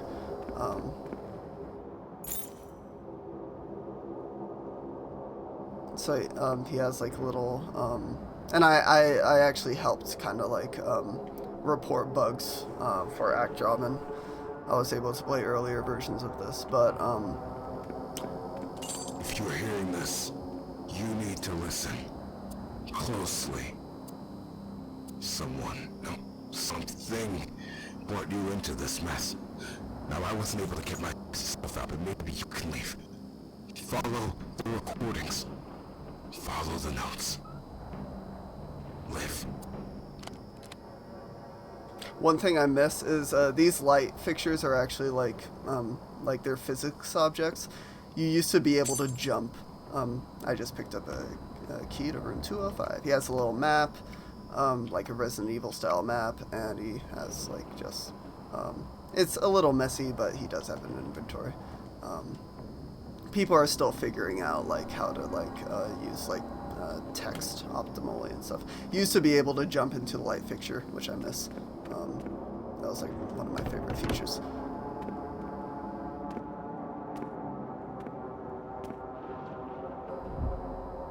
Did he do the voice acting? Yeah, that's just straight up him. What I like about this level though is like you can go up to stuff and hit square to like, you know, read them, like this post by Jay. But like in a bunch of like third person games, like if you actually tried to read the notes, like the texture would be all like gross and muddled. But in Dreams you can actually read it because like it has like infinite detail and stuff like that. So no escape. But it's great. I love it.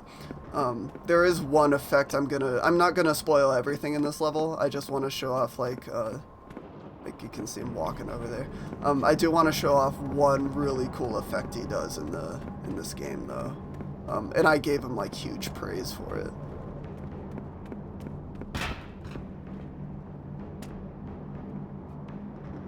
He's gone. It's so spooky.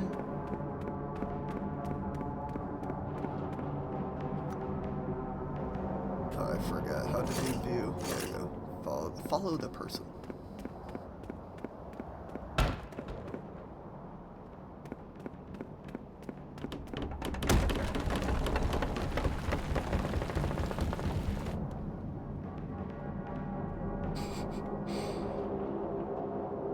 Beautiful.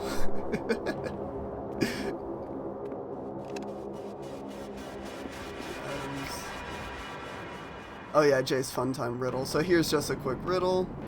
Wondering where the key is? It's in this box. Solve the riddle and you'll open it. 3 animals were locked in a hotel. The dog took a break from escaping. The fish's means for survival were down the toilet, and the bear climbed to the tree to see an escape route out a window. So that's a little. So we're in the break room right now. So here's the dog taking a break. Dog of Sorrows. And over here, it's inspection follow-up note. Ah, it's just more like lore. So the bear climbed up a tree. It's right there. And then there is a bathroom. Here's the restroom. Oh yeah, go ahead and give Acdraman a reward for nastiest toilet in dreams. But there's the fish. So now that we all have all 3, we can open the lockbox. And they just teleport over here. Boom.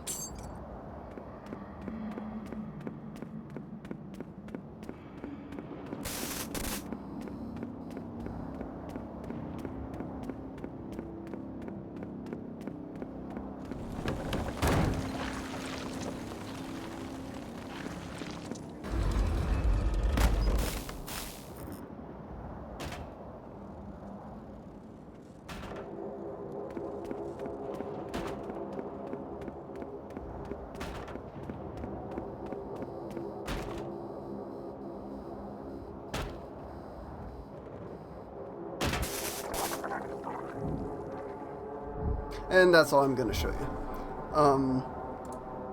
So yeah, it's a shame that they didn't. It's a shame that they didn't actually show this on stream. I know Acdraman was a little disappointed about it because like look how amazing that is. Like it's crazy, but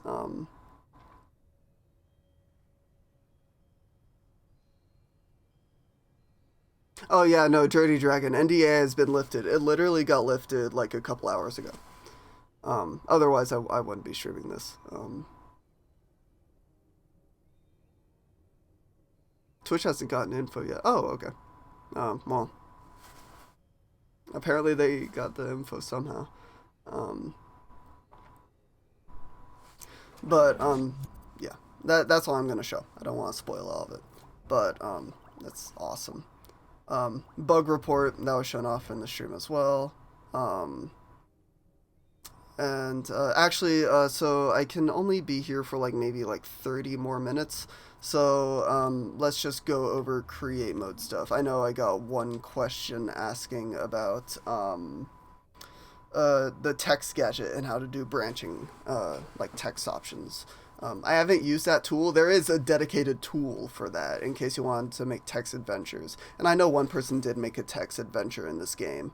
But, when you go to start fresh, you've probably seen this. You have game scene or story scene. Basically, these don't matter too much, but it's still good to, like, categorize, like what your creation is, like if you're specifically making a character or a sculpture or whatever. But usually by default you just go into game scene, like if you want to experiment with things. Will this be uploaded later? Yeah, it'll be available on Twitch, and then I think I'll upload this to YouTube as well. I think that'd be a good idea. So let's find that text gadget. So it'll be, of course, be in gadgets. So I'm still getting used to this menu. Basically, this is the entire logic menu. Let's see. Oops. It might be under logic and processing. let's see. Actually, no, it's probably under outputs. What am I talking about? Movers and outputs. Here we go. So you have a dialogue text displayer, you have a subtitle, and then you have just number displayer if you want to display score and stuff. So for like a branching path, you want to do a dialogue displayer. I don't know why it's tilting like that a little bit. I think that's a bug, but just stamp that down. Now, I haven't used this yet, so it's gonna, let's see if we can figure it out together. Alignment, let me just look through these real quick. Prompt to skip, let's just do circle as a prompt to skip. Prompt to close, or let's not do skip.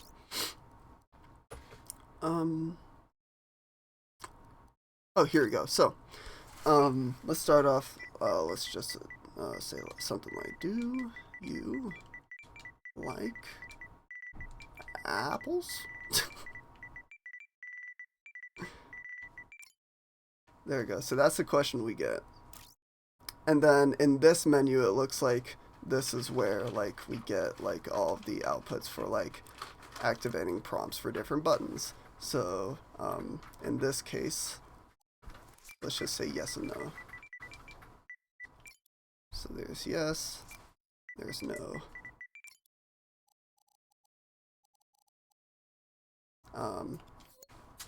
So then from there, I believe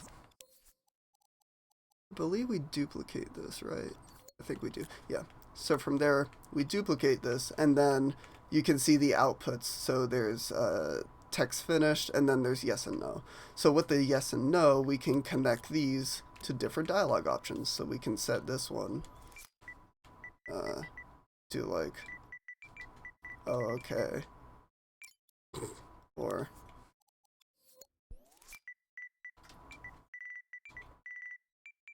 oh, asshole.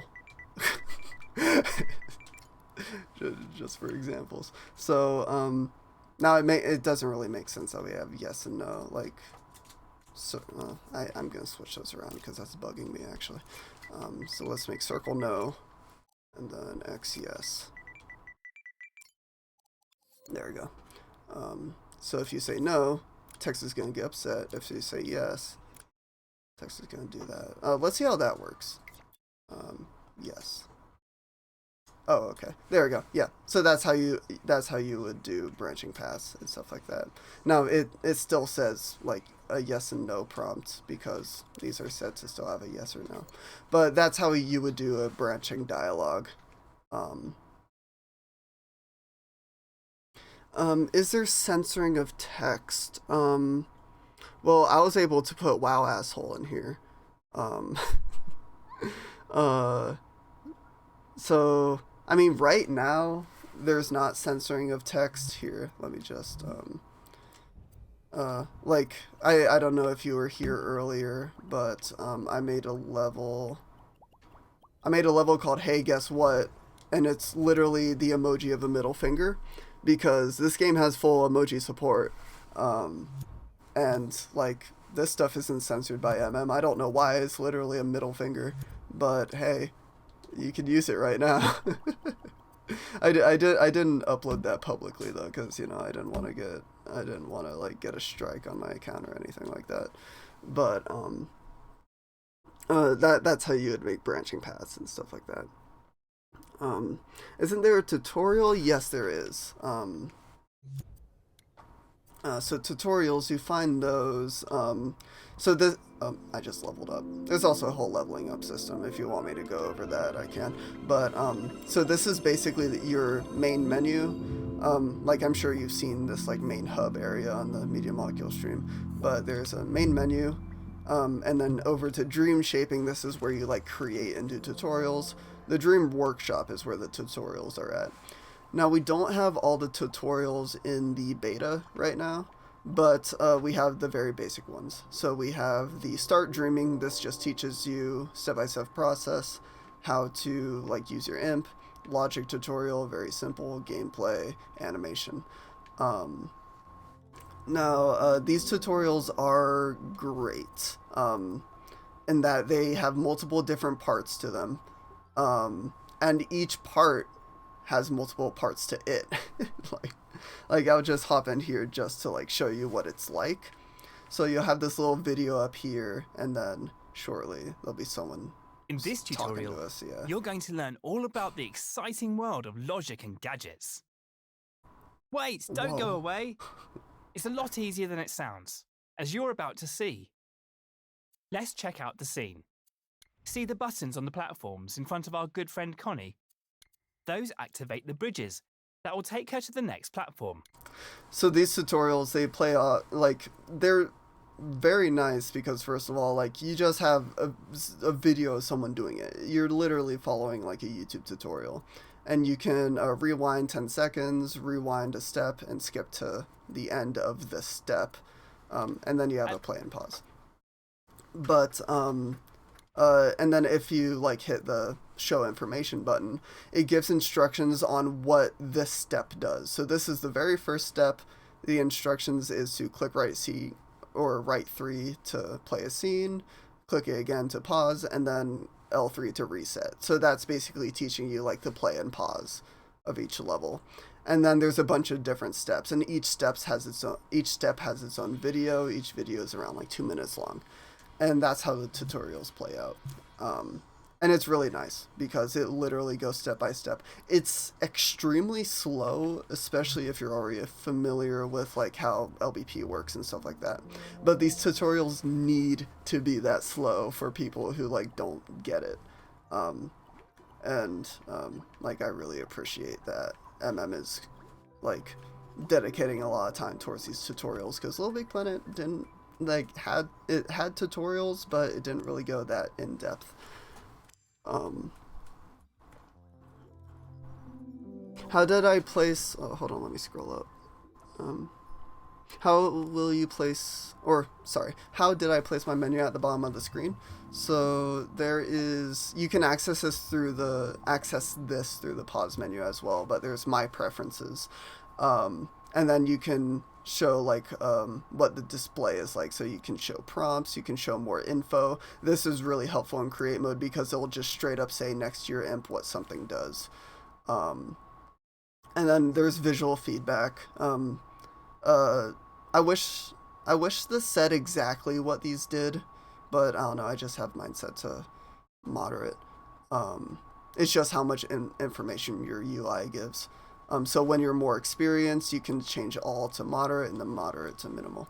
I'm pretty sure minimal just hides like all of the like UI elements next to the imp of like button prompts.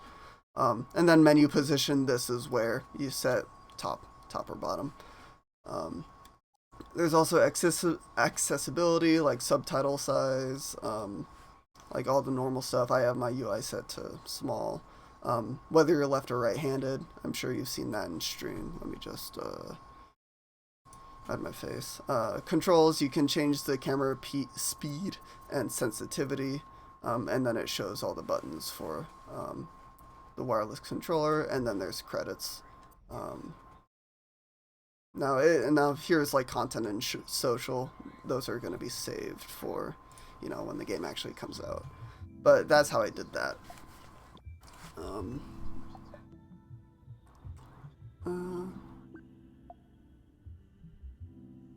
Really want to make an abandoned village cavern. Want to make abandoned village cavern. I forget what that level was like.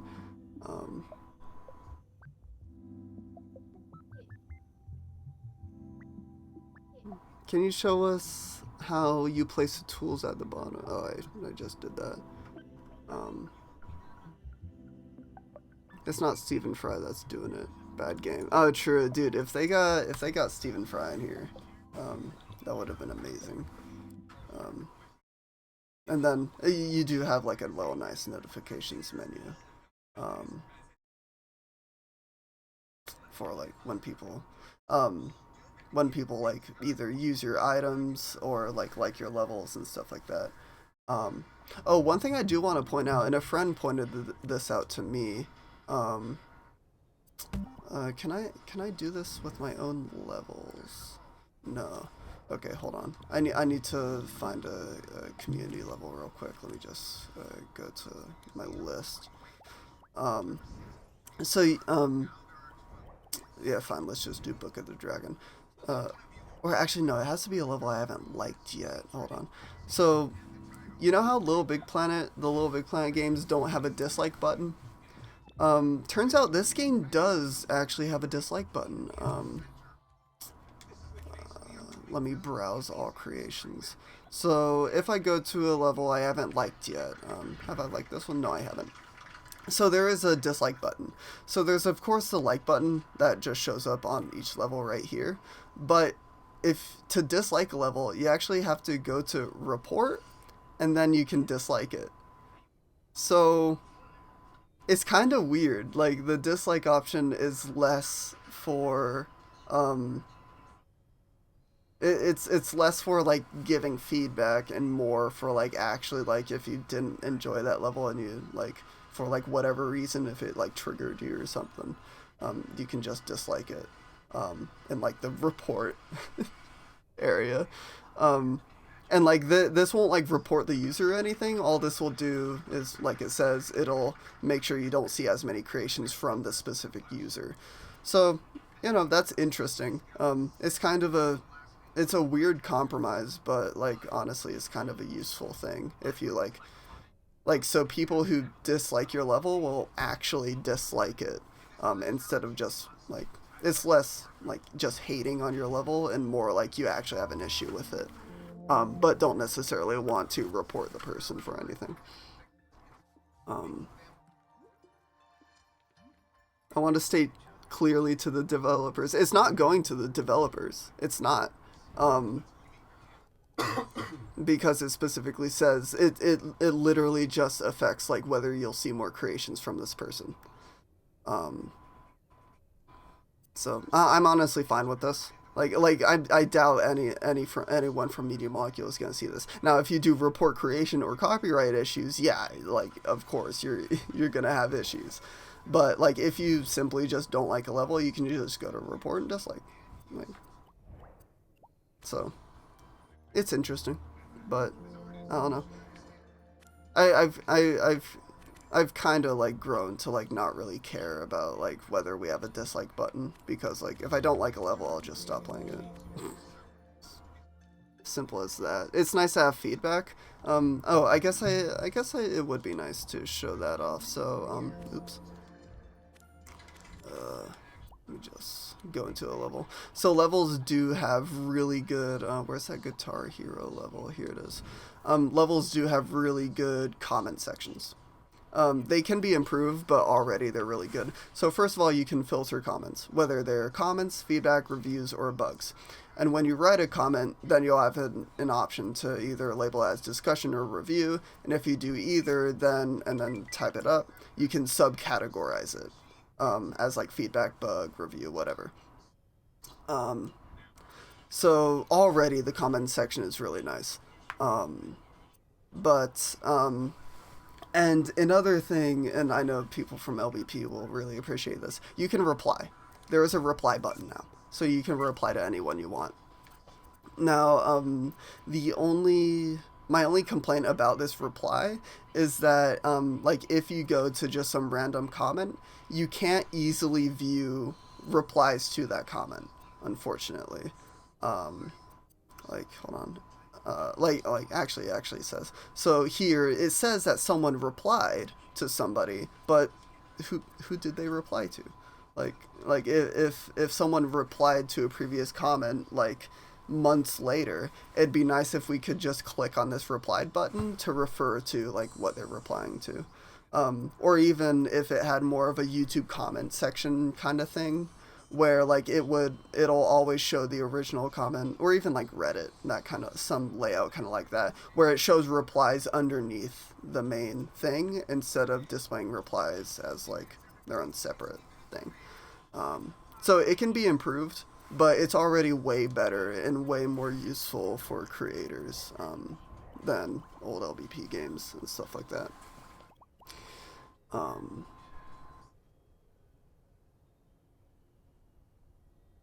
Oh, hold on.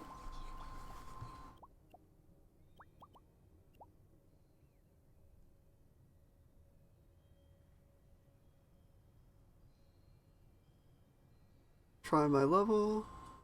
If we get no questions, or if nobody has any more questions, then I can hop into a level. Try my level, never mind its actual crap. Alright, never mind that.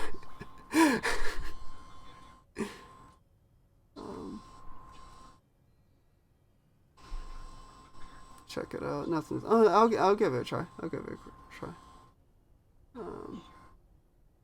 Hopefully they'll fix and be able to see that. Yeah. That's actually just to reiterate on that. That's also an issue with notifications. Like hold on. Is there like a comment I can see here?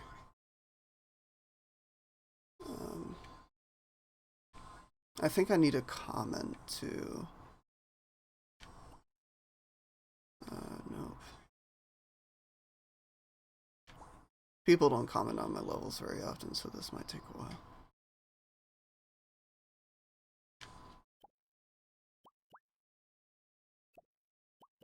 Oh. There's one. So someone actually liked one of my comments, which I'm just saying looks amazing, blah blah blah, opinions. So this shows up in notifications. It would be nice if you clicked on this, it would actually go to the comment, and this is a bug I've reported. If you clicked on this, it'd actually go to the comment, like within like whatever dream I would label it as. So like, it's just little stuff like this really that's like kind of needs improvement when it comes to like UI and stuff like that. But other than that, like, yeah. Okay, so let's search up Dirty Drags, or wait, not Dirty Drags, Dirty Dragon. There we go.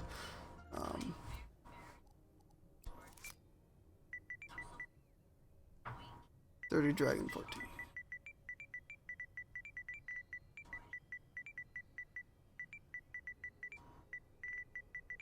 I wonder if it's case sensitive. It might be. Nope, there you are. Wait, what did that say? Bugsy the Great thing. Nice. I haven't messed with the bipeds at all. Like I just messed with them to sculpt that one head. That's basically it. So I really don't know like all the options for like animations and stuff like that. But I like the secondary animation with the antenna. Honestly, the key to making like just a good biped character is have a ton of secondary animation. Like if they have a backpack, make the backpack wobble around. If they have ears, make those ears floppy, like stuff like that. And then looks like you got medieval shield as well. Yeah, that's nice. I do like the wood patterning on the back. Neat. I imagine someone using this in like a Tron-like level. Can you draw strokes on the personal imps? Oh, that is one other thing I'll go over. So, you can pseudo, oh god, I can't see. Oops, I can't see. There it is, there's a button. Okay, so you can kinda customize your imp, at least in the beta right now. So, I know Media Molecule previously showed you like using the touchpad to draw mouths and stuff like that. You can't do that in the beta. Right now, all you can do in the beta is you can select between all these pre-made imps, or if you don't like any of the pre-made imps, you can go to Imp Carousel, which will randomly generate imps, like based on whether they have ears, what color they are, and like certain like proportions. So literally for my imp, all I did was I scrolled through here until I saw the color green, and then I saw if I liked the imp. And that's how I selected the imp. I just like this one because its eyes are like super far apart, and it's green, which is my favorite color. But like right now, that's all the customization we have. But like you see, like you have imps like this where they have a headband and stuff like that. I'm sure they're gonna let you at least select like different like costume items for like imps, even if you can't like customize them yourself. But so yeah, customizing imps is very bare bones, but you can save imps. Like I saved this one, so I can always refer back to it. But yeah, so we'll see.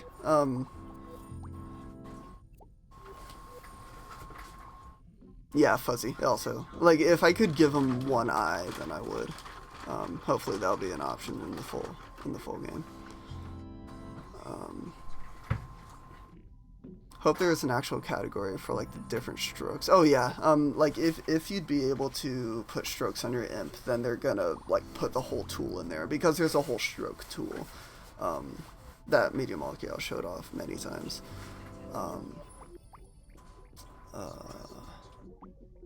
What else? I guess I could go over really quick leveling. Media Molecule, I went over this already, but like your experience in this game is different in that you get experience for like different parts of like making a game, basically.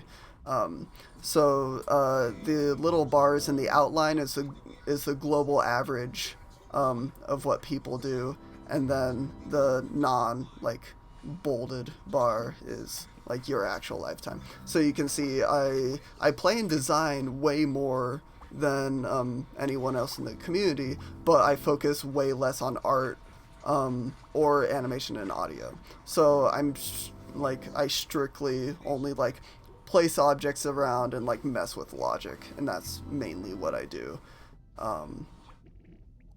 And then like if you want to go to current passion, I don't know exactly like what time frame current passion like showcases, like whether it's like your current level, like what this bar currently is or whatever, but just like what you're currently into. So of course it says I'm currently into audio because lately I've been tinkering with audio tools and stuff like that. So yeah, it's really neat, and I really like how they're doing it. And I think if you go to Dreamers, you can just straight up filter. Oh, never mind. You can filter by tags, and you can say, all right, let me see people who like audio. And then, of course, J plus B is the first one that comes up because he's level 70, but people are they ranked by level? I guess they're not. I guess it goes by most popular, I guess, or like how many of their music are featured in creations and stuff like that. But, yeah, that's... And then Dax. This is another one of my good friends, and his tracks are used in a lot of levels right now. But it's really cool, and they did it way better than LBP. Now, there's still going to be people who are like follow for follow, like no doubt, because of course you can go to Dreamers, you can like go to like whatever random Dreamer there is, and there is a follow and like button. I don't know why there's a like button. Seems kind of pointless for profiles, but hey, it's there. But you can follow people, so there's going to be follow for follow, basically. Follow for follow, basically. But whatever. You can still comment on profiles and see their activity. You can even see like their own stats and stuff like that, which is really cool. I guess one other thing is there are imp quests. So imp quests, they're kind of neat. Like actually, if I go to my profile, there we go, imp quests. So imp quests, you get these by performing certain tasks. So like the very first one you get is to decorate like your main area. And what imp quests get you is, I guess they're kind of objects. They're objects that you can use to decorate like your main like area. The main area looks like it's this right here. So like these stairs I put down over here, if you go to home space editor, you basically get these objects for doing imp quests, and you also get imp costumes as well. Which basically kind of guarantees that they're doing costumes for imps. You might be able to still draw their faces and stuff, but it unlocks these, and these are specifically just so you can customize like your imp space and stuff like that. I don't really care about my imp space. The imp space is gonna become more of a factor when they add online multiplayer, I think, because I'm sure like they might do they're gonna do like peer-to-peer. So one person's going to be the host and everybody else is going to be like chilling in their like home space. I do hope that we'll be able to actually customize our home space with like objects. Like if or objects like created by us. Like if they limited it so you could only put down like strokes and objects that don't have logic attached to them, that'd be great. Because I would definitely just stamp down a rocket Twinkie in the middle of like my M space. But like as you can see, we can't do that right now. But hopefully eventually we'll be able to do that. But for now, the M space is just like, I don't know, kind of pointless in the beta. So this is going to be more of a thing when online multiplayer comes out. Oops. But I gotta go to class very soon, so that's all I'm gonna show for now. I think I'm gonna upload this to YouTube, just so I have something on that channel. I haven't posted in a little bit. But I'm really enjoying the beta so far. It's really good, and it's great that we can actually talk about it. And expect me to share a lot more stuff on Twitter as well. But this game's real good. It's really good.